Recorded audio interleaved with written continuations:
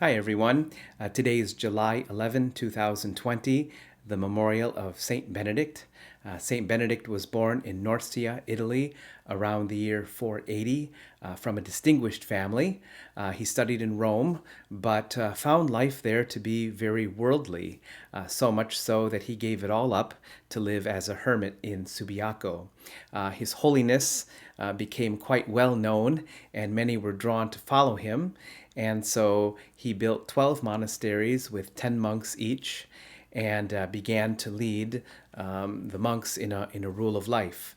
Well, it turned out that his rule of life was too tough for some of the monks, and one of them, so angry at Benedict, mixed some poison in his drink.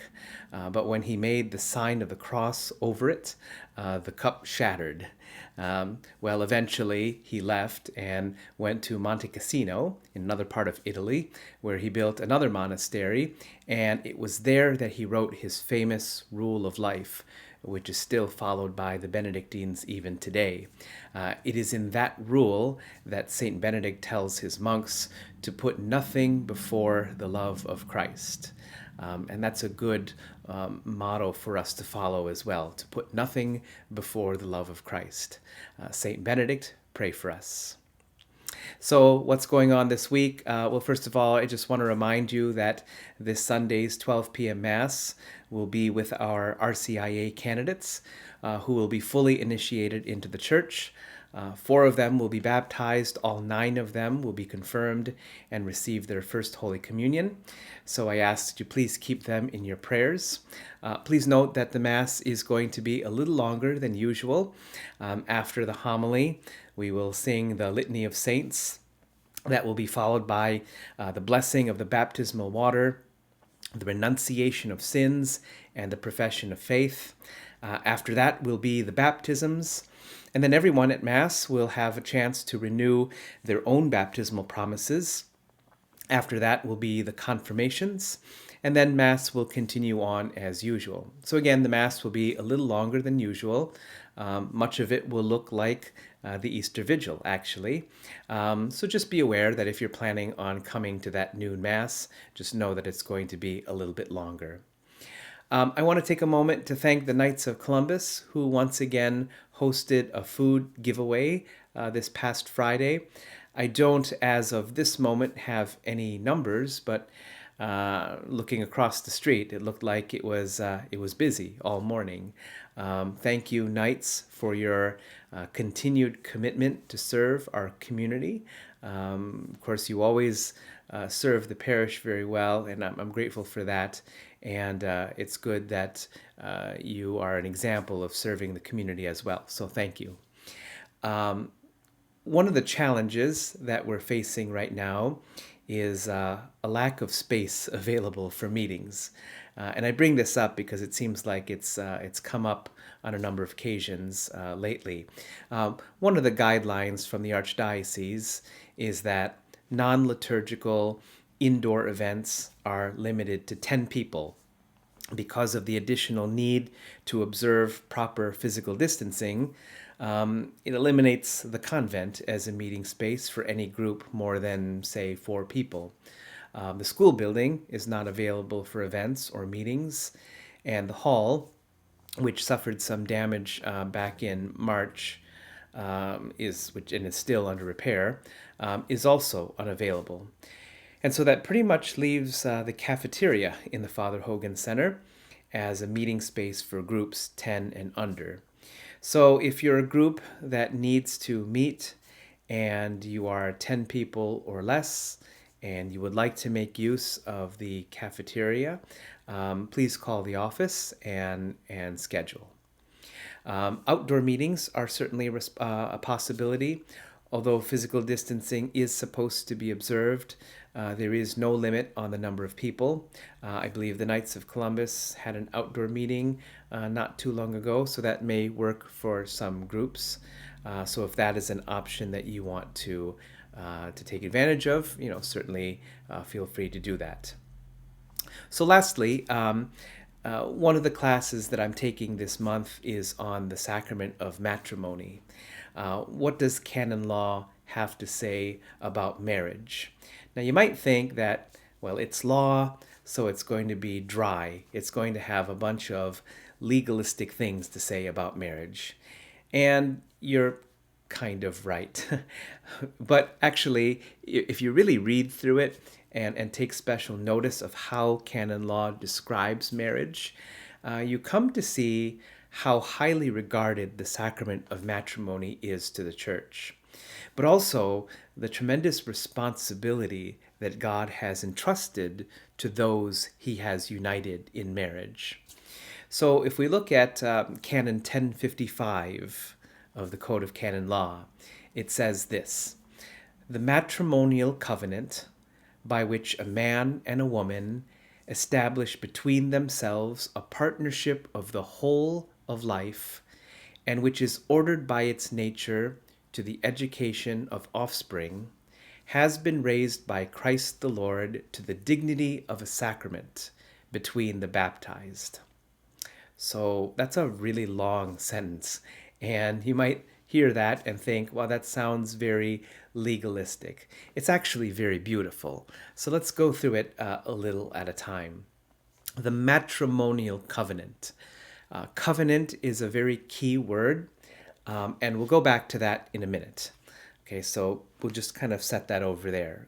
It's a covenant by which a man and a woman. So marriage is between one man and one woman. Two men, not a marriage. Two women, not a marriage. One man and two women, not a marriage. Marriage is between one man and one woman. It is not a marriage otherwise.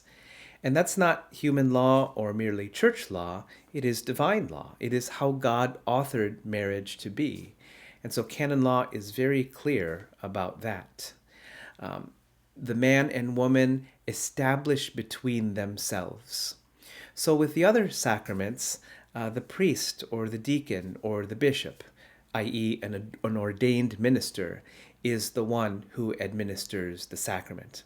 So in confession, it is the priest who administers the sacrament. Anointing the sick, it is the priest who anoints. Holy orders, it is the bishop that ordains. Obviously, it is the priest or the bishop who celebrates the Mass. So normally, it is the ordained minister who is the one who administers the sacrament. But with marriage, it is the bride and the groom who are the ministers of the sacrament. They establish between themselves. They administer the sacrament to one another. And what makes that so beautiful is that really forms what should be the pattern of their whole life, that the husband and the wife minister to one another, not apart from God, of course, but with God as their strength. And what do they establish?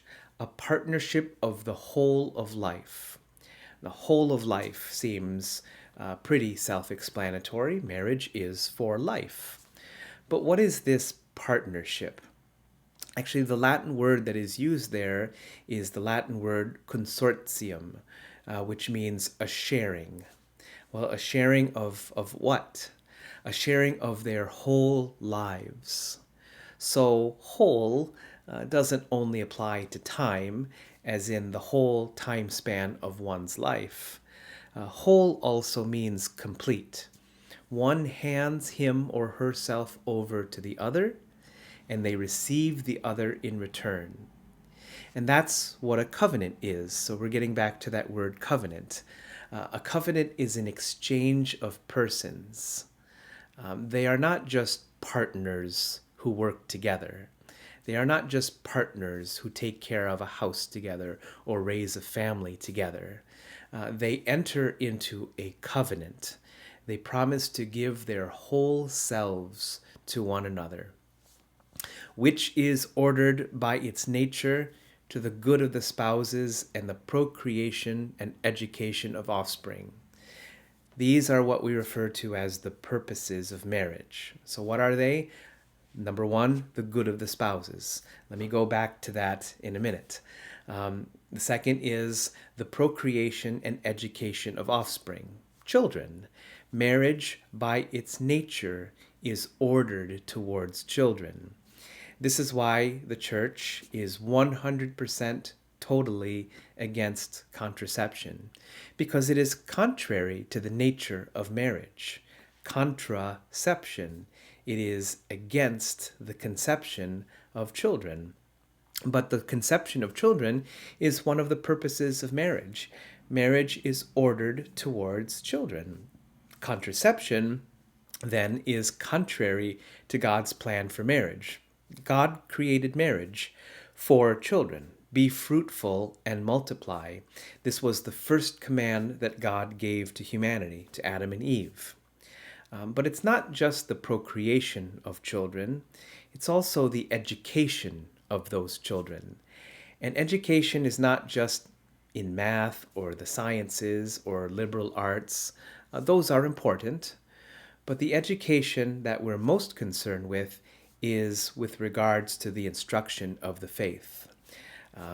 Canon 1136 says this: parents have the most grave duty, not just the grave duty, but the most grave duty, and the primary right to take care as best they can for the physical, social, cultural, moral, and religious education of their offspring.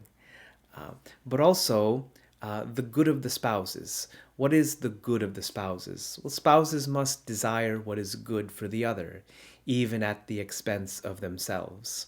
And by good, we don't mean having to buy the nicest things for each other. It doesn't mean a big house, a fancy car, or the nicest furnishings. The good of the spouses is not something material. The good, the highest good, the ultimate good is God. He is goodness itself. And so when we talk about husbands and wives and the good of the spouses, they should desire God for one another. They should desire heaven for one another. That's what they do for one another. The husband and the wife live for each other and help each other to get to heaven. Now, all of this, everything that we've talked about thus far, it's all part of the natural order of marriage. It's between a man and a woman, it's for the whole of life, and it's for children. Even before we consider divine law and religion, our bodies tell us this. Our bodies tell us that man and woman are complementary. We know this by nature. Our bodies tell us that marriage is for children. Marriage is ordered by nature towards children. All of these are instinctual. Marriage is between a man and a woman. It's for the whole of life, and it's for children.